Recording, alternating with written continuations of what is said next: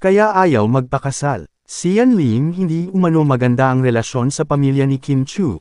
Veteran columnist Christy Furman discussed the possible reasons why Sian Lim decided to end his 11-year relationship with Kim Chu.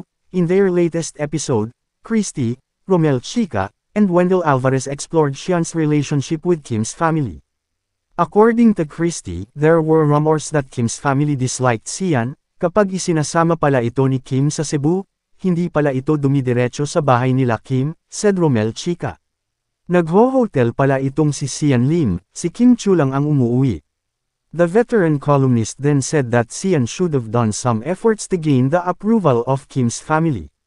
Tapos sasabihin niya hindi siya tanggap ng pamilya ni Kim, siya dapat ang naglalapit ng kanyang sarili sa mga kapatid ni Kim, Christy said.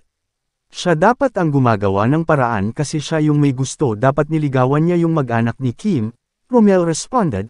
Christy believed it was Sian's fault that Kim's family disliked him until the end. Kung tunay kang nagmamahal, mamahalin mo talaga dapat yung mga taong mahal ng mahal mo, she stated, at saka kung tunay mong mahal, dapat kahit ano pa, kahit harangan man sibat mananatiling tapat, Romel followed. As of writing, Sian and Kim have yet to reveal the reason for their breakup.